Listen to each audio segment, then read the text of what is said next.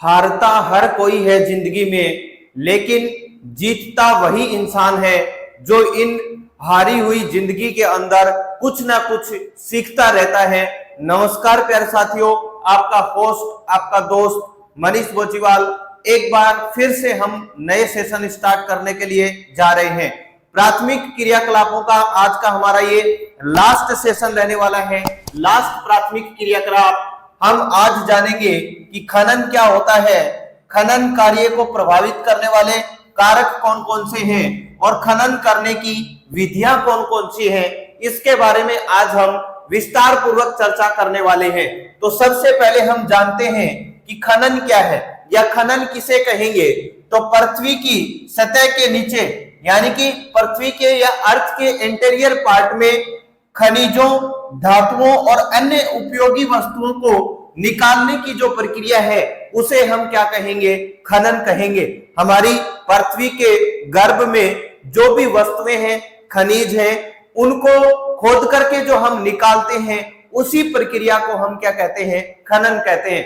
खनन का जो काम है वो पुराने समय से ही किया जा रहा है। जैसे हम बात करें कांस्य युग की, तांबर युग की, लोह युग की, तो इस क्षेत्र के अंदर भी हमारी जो धातुएं हैं इनका इस्तेमाल किया जाता था, लेकिन इनका एक लिमिटेड मात्रा के अंदर इस्तेमाल था।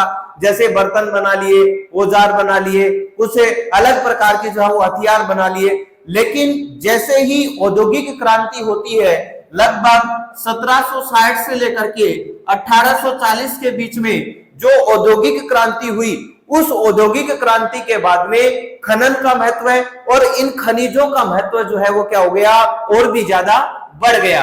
अब है खनन कार्य को प्रभावित करने वाले कारक। तो खनन कार्य को प्रभावित कौन कौन से कारक करेंगे? भौतिक कारक। भौतिक कारक में आएंगे यानी कि ऐसे खनिज जहां कहीं ना कहीं वो क्या है, निक्षेपित हैं या जमे हुए हैं। जैसे खनिज निक्षेपों के आकार यानी कि ऐसी क्षेत्र जहां खनिज जमे हुए हैं, खनिजों का आकार है, उसकी श्रेणी कैसी है, यानी कि अच्छी क्वालिटी के हैं या फिर बैड क्वालिटी के हैं।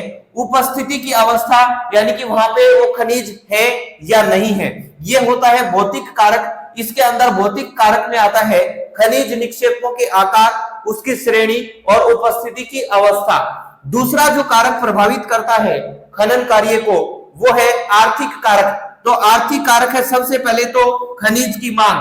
अगर खनिज या जो खनन कार्य हम कर रहे हैं वो तब तक प्रभावी नहीं हो सकता जब तक जिस खनन कार्य को कर रहे हैं या जिस खनिज को निकालने के लिए हम खनन कार्य कर रहे हैं उस खनिज की डिमांड या मांग है या नहीं, तब तक वो क्या होगा, प्रभावित नहीं होगा। उसके बाद में विद्यमान तकनीक या ज्ञान एवं उसका उपयोग। प्रेजेंट टाइम में जो खनन कार्य जिस खनिज को निकालने के लिए हम कर रहे हैं, उसको निकालने के लिए हम किस तकनीकी का इस्तेमाल कर रहे हैं, हमारे पास ज्ञान क्या है उसको निकालने का, और उसका उपयोग हमारे जीवन के अंदर क्या है। उसके बाद में ये सब चीजें होने के बाद में इसको निकालने के लिए हमें किसकी आवश्यकता होगी? पूंजी की आवश्यकता होगी, मनी की आवश्यकता होगी, यातायात की आवश्यकता होगी। तो ये ऐसे कारक हैं जो खनन कार्य को कहीं ना कहीं क्या करते हैं, प्रभावित करते हैं। अब आगे हम चर्चा कर लेते हैं खनन की विधियां कौन कौन सी है, यानी कि खनन का जो कार्य किया जाता है उसको किस विधियों के माध्यम से खनन को बाहर निकाला जाता है, या फिर जो खोद करके वस्तु या फिर जो भी खनिज हम बाहर निकालते हैं वो किन विधियों के आधार पर निकाला जाता है। तो याद रहे, उपस्थिति की अवस्था एवं अयस्क की प्रकृति के आधार पर खनन को कितने भागों में बांटा गया है? 2 भागों में बांटा गया है। या फिर हम कह सकते हैं कि खनन करने की 2 प्रकार की विधियां बताई गई हैं। पहली विधि बताई गई है धरातलीय खनन, जिसे क्या कहा जाता है, विवर्त खनन भी कहा जाता है। और उसके बाद में दूसरा है भूमिगत खनन, जिसे क्या कहा जाता है, कूपिक खनन भी कहा जाता है। ये जो है वो क्या है, अपने विधियां हैं किसको निकालने के लिए, खनिजों को निकालने के लिए। अब सबसे पहले पढ़ते हैं हम धरातलीय खनन या फिर विवर्त खनन। तो खनन का सबसे सस्ता तरीका है, यानी कि खनन कार्य हमें धरातल के ऊपर अगर खनन का काम करना है तो सबसे सस्ता तरीका जो है वो कौन सा है, धरातलीय खनन। इसमें अतिरिक्त खर्च जो है वो क्या होता है, कम होता है, और उत्पादन या प्रोडक्टिविटी जो है वो क्या हो जाती है, प्रोड्यूस हम बहुत जल्दी कर लेते हैं। उसके बाद में है भूमिगत खनन। भूमिगत खनन के अंदर है अयस्क धरातल के नीचे गहराई में होते हैं, तब कौन से खनन का प्रयोग किया जाता है, भूमिगत खनन का प्रयोग किया जाता है। यानी कि जब हमारे खनन के अंदर या खनन कार्य हम करते हैं तो हमारे जो अयस्क या खनिज या जो भी वस्तुएं हमें मिल रही हैं वो पृथ्वी के गर्भ में अत्यधिक गहराई तक होती हैं, तो हम कौन से खनन का उपयोग करते हैं, भूमिगत खनन या फिर कूपिक खनन का उपयोग इसके अंदर किया जाता है। खनन करने की विधियां आप साइड के अंदर मैप के माध्यम से भी देख सकते हैं कि कौन कौन सी है। धरातलीय खनन किस प्रकार से होता है और भूमिगत खनन किस प्रकार से होता है।